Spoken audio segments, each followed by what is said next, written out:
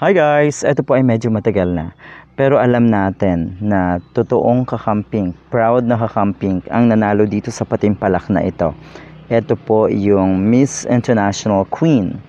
At yun nga, pinanalunan ito ng isang Lars Pacheco, proud na kakamping. At kung babalikan po natin yung apat doon sa top 5, yun po ay mga Pulangaw. At isa nga po doon sa Pulangaw na yon, hindi naman siya ang first runner-up. Hindi rin siya ang second runner-up. Ang pagkakaalala ko, siya ay third runner-up. Pero siya yung nagngangal-ngal ngayon.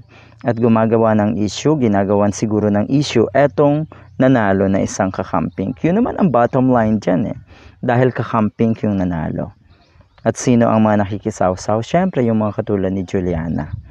Alright. Nakakaloka ang kumalat na video sa social media ng confrontation ni Lars Pacheco, yun po yung kakamping na nanalo, at ng kanyang co-candidate sa Miss International Queen 2023 na si Ann Patricia Lorenzo. Ito po yung third runner-up na Pulangaw.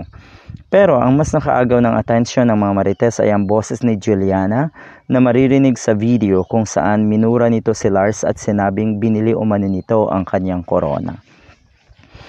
Kung naalala nyo po, sa lahat ng parangal ng mga kakamping celebrities, dudang-duda rin talaga si Juliana. 'Di ba nga may kaso ito may kasong isinampa si Direk Vince Tañada dahil nga kuno ay binili yung mga awards ng Katips. Yun yung kanyang akusasyon. Anyway, hindi pa natin alam kung ano ang development ng kaso na yan. Pero, yun, tignan nyo naman, yung pananalita. Binili mo ang corona mo at may mga bad words na ginamit. Yun lang, ito kasi ay nilinaw ng isang Juliana rin na hindi daw siya yung sumigaw sa video. Sabi, hindi ako ang sumigaw sa video. Pakinggan nyo mabuti kung ano ang pangalang binanggit ni Ann Patricia doon para sa awayan yung sumigaw. O ayan, hindi nakasali ang pangit sa awayan ng magaganda. Happy, okay.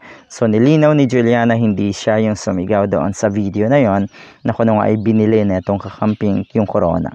Hindi siya. Pero kung nakikita nyo, kaibigan netong si Ann Patricia, yung third runner-up na isang Pulangaw. Ang ibig sabihin, Pulangaw din. Ibig sabihin, pare-parehong ugali nyo. Mantakin nyo yung paratang na binili yung award. Antindi, allergic na allergic yung mga yan. Diba? Isinishare ko to dahil nako, andyan yung award ni Vice Ganda, may award si Romnick Sarmenta at marami pang ibang kakamping. Ganyan ang linyahan na itong mga Pulangaw. Binili. Nako po, ay tignan nyo nga yung idolo nyo. Diba? Meron pa yung mga yan. Ako ay kaya nakakuha ng maraming speaking engagement si Atty. Lene Robredo sa Amerika at sa ibang bansa ay dahil may backer. Talaga lang? Talaga? Ano nangyayari dito sa mga Pulangaw na ito talaga? Sobrang allergic kayo sa totoong tagumpay. Dahil yung mga sinasabi niyong tagumpay ay hindi naman kasi totoo. Kung sisimulan o kung titignan po natin isa-isa, napakarami niyan, tagumpay ng idolo niyo ngayon. Hindi yan totoo. Tagumpay ng mga pelikula ng idolo niyong direktor. Hindi rin yung totoong tagumpay. Ano ba kayo? 'Di ba? Mga tagumpay na ginawa ng paraan para hindi mapahiya. Ganon yan.